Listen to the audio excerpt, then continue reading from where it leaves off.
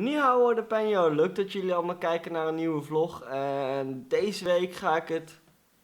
Wat is er? Huh? What? Wait. Sorry mensen, ik zo terug.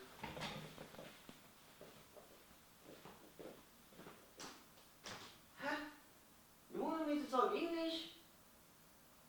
Wait, what? You don't understand a word of Dutch? Why not? Oh. Yeah. Okay? Sure, man. No problem. I will do. I was just filming actually, so yeah. Okay? So, English then. Okay. Sure, man. See you later. Well, that was kinda awkward. Some guy just came up here and he said like, "Bro, are you gonna talk in Dutch again? What the fuck is your problem?" And was like, "What? Wait, what?" I didn't even know I had international viewers, so especially for you, the international viewers, my vlogs are gonna be in English and not in Dutch anymore. Sorry Dutch people who like my Dutch stuff. I'm gonna make international stuff right now, or at least I will talk English. So, just so you guys know, I will not talk Dutch again.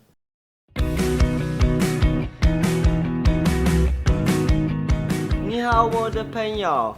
Hello everyone and welcome to my new weekly vlog. This vlog is gonna be a bit different because I ain't gonna show you the riding. I ain't gonna show you my way to school and back. And go to school and back. Shit, it's boring.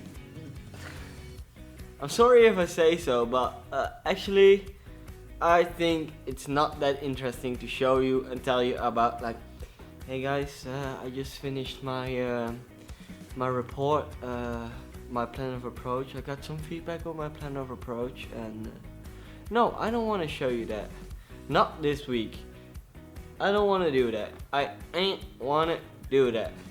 But what I want to do is tell you some stories about my experience with China. You know, I know. That's all what we came for, right? We came for the stuff about China.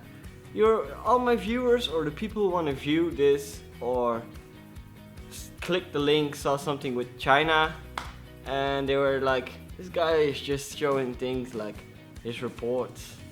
Well, some people know I go to China, but they don't know that I already lived in China for a year and that I had some quite amazing experiences. So as I said earlier, I want to talk about the culture shock in China, especially with the first encounter I had in China. It's like I went 2 years ago for the first time to China with a group of Dutch people for an internship in Xiamen, and that was quite an experience, if I have to say too. So I'm just gonna start from the beginning when I entered the airplane at Schiphol Airport in Amsterdam, and I had this flight for, it was I think 11 hours, a bit more than 11 hours, until I came to Xiamen. So the first thing already was like, I never experienced a flight that long for me, myself. I know some other people had, but I never experienced a flight that long. And it was really long, because you were so bored in the airplane. And it's pretty funny, because in the airplane you already feel in China, because most of the people who went to Xiamen on that flight were Chinese people. So you already get this little bit of taste of Chinese culture, and that's pretty funny already. So once you land in Gaoqi Airport in Xiamen, the first thing you notice is you're in China. It sounds stupid, but you encounter a different culture, a different group of people, different people in general, and the language, it's different. So yeah, that's the first thing you encounter. Well, the second thing you encounter is, you know, that the Chinese, when you enter China, it's really different from entering the Netherlands. It's more strict. They're gonna take a picture for your visa, they're gonna check your visa, you have to walk through some heat detectors. I don't actually know why, There's a lot of more security, so you already feel like it's really different from the Netherlands. Well, once you get your luggage, you enter Xiamen. For us, it was we got picked up by a Chinese lady, Miss Lee was her name. And for us Dutch people, we always make jokes about Chinese names. It sounds stupid, but it's like Lee is the obvious Chinese name for us as Dutch people. So yeah, it was quite funny to get picked up by Miss Lee. We walked to a bus. We had to go to our apartment because our internship was 6 months long. So we stayed 6 months in Xiamen. So we had to have an apartment where to live in. We went there by bus, and the first thing you notice when you're in this bus is that everything is so different already.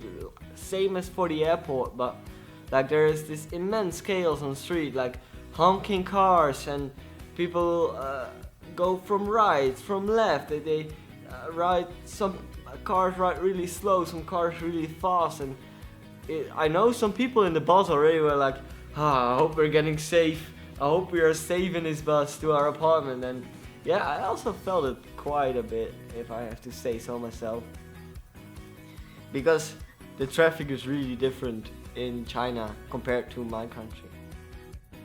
I remember the bus ride was around 30 minutes. We had to go from Gauchi airport to a software park, and a software park is actually an area where all software companies are clustered together, so they can do like easier trade wear and that kind of stuff. It's like it has more possibilities to it, and yeah, it's something to talk about maybe later, but not right now. So we had to ride to the software park. It was around 30 minutes, and we went through the suburbs of Xiamen.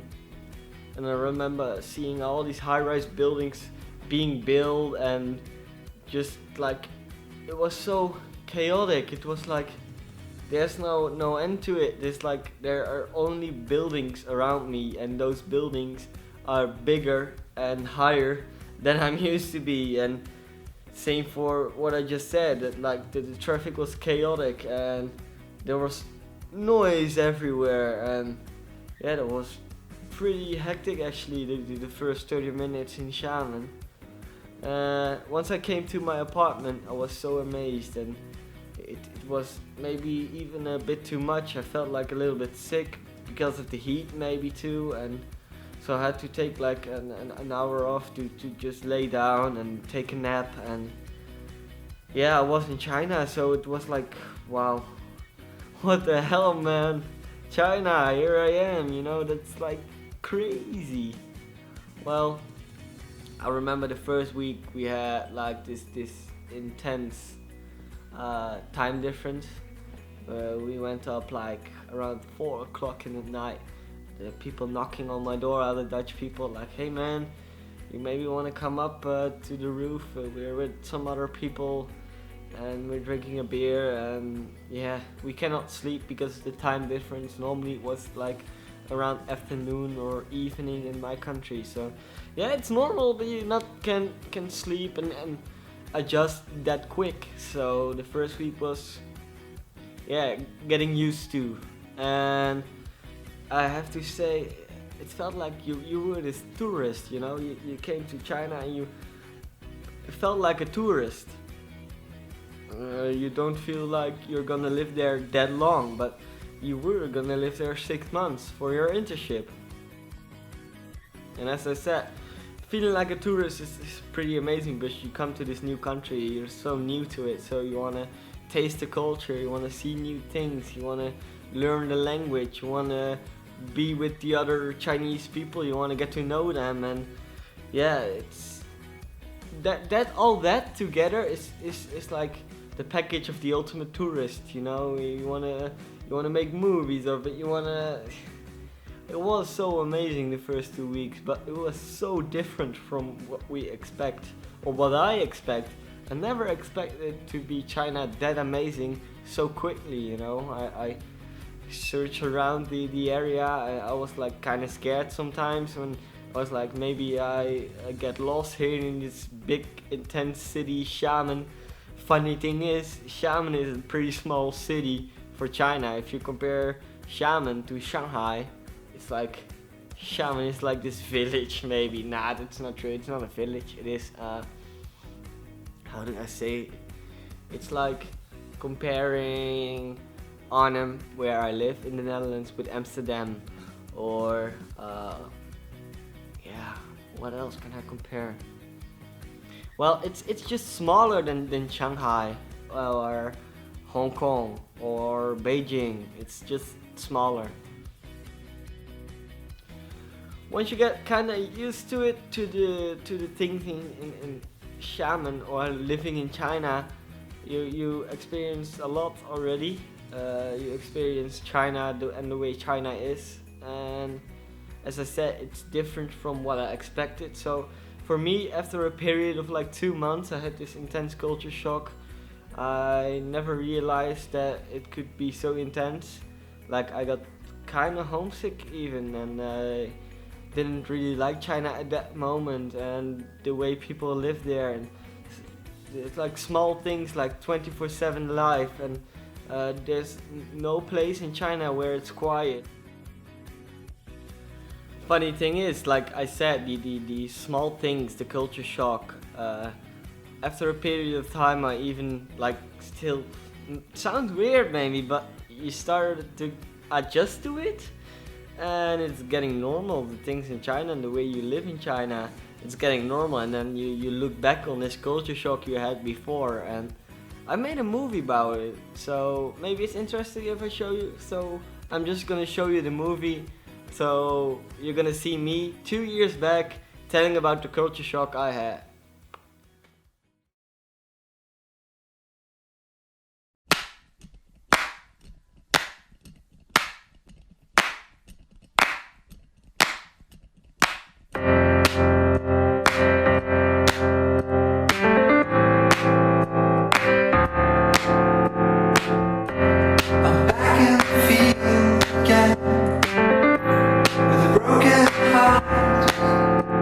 My name is Matthijs Bijland. I'm in China right now for an internship at Czech IT, and I'm here to tell you something about my culture shocks.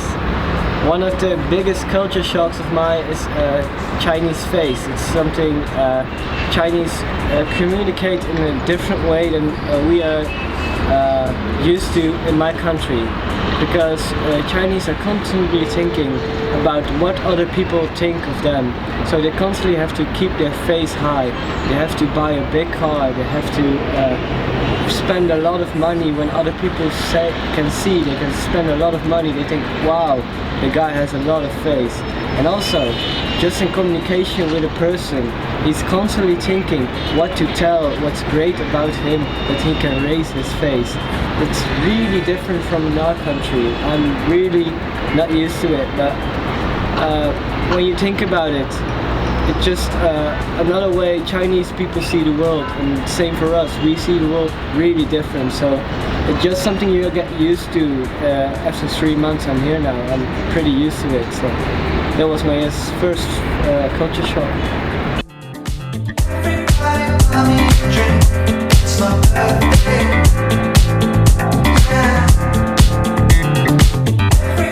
Hello, my name is Michiel Pauster, and I'm here in China for an internship at Czech IT. We have an assignment, and we have to talk about culture shocks that we experienced here in China. And my first culture shock was the traffic. We landed here with the airplane on the Xiamen airport. We got onto a bus to get us to the apartments, and the first shock was the traffic. It was really chaos. Like in the Netherlands, it's like you drive on the right, and if you want to overtake someone, you go to the left and then you go to the right again.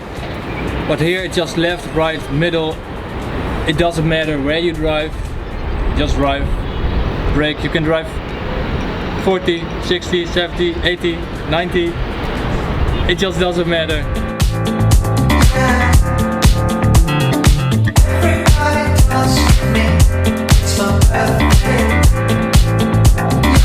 The second big culture shock for me is the drinking culture in China, because it's really different than I'm used to. In my country we drink for fun. Actually, we drink with friends to have a cozy time. But here in China, there's a real purpose behind drinking.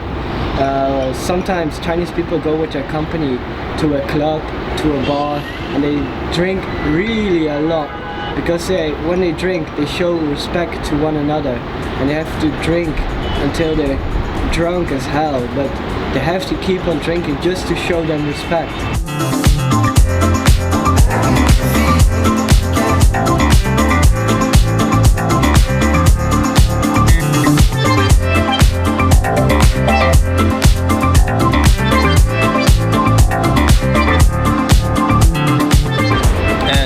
Second culture shock I want to talk about is the food.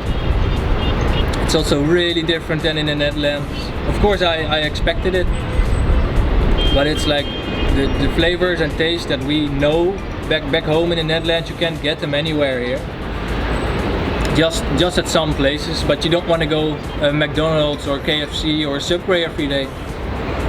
So I really needed to look for other places where I could eat, because I couldn't handle the spicy food. I mean, I like it, but my stomach just couldn't handle it. So that was really a big shock, because I didn't know where to eat.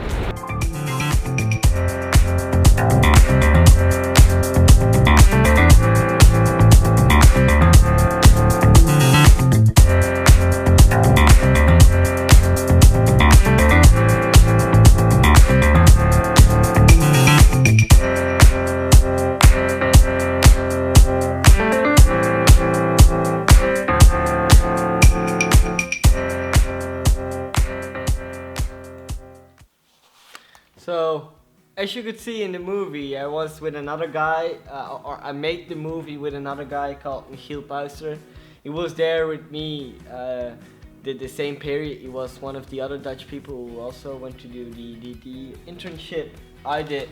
And as you have heard, he had, like, as I told earlier, the chaos and that kind of stuff. He had the same experience. So I think overall the experience of a culture shock is pretty the same for everyone. Only some other people can handle it better than other people, because like it's nice to know that Michiel and I are like kind of thinking in the same way. Michiel right now still lives in China, in Xiamen. He even has a wife there, so yeah, that's like a beautiful thing. Same for me. He fell in love with China and he want to go back there and stay there. And same for me. I want to show you guys how awesome China can be, and a culture shock is a big part of it, and everyone would experience a culture shock if you stayed longer in China than other people. And yeah, that's like a thing you need to get used to, or used to. It's not really getting used to. It's like something you see it coming, but you never expect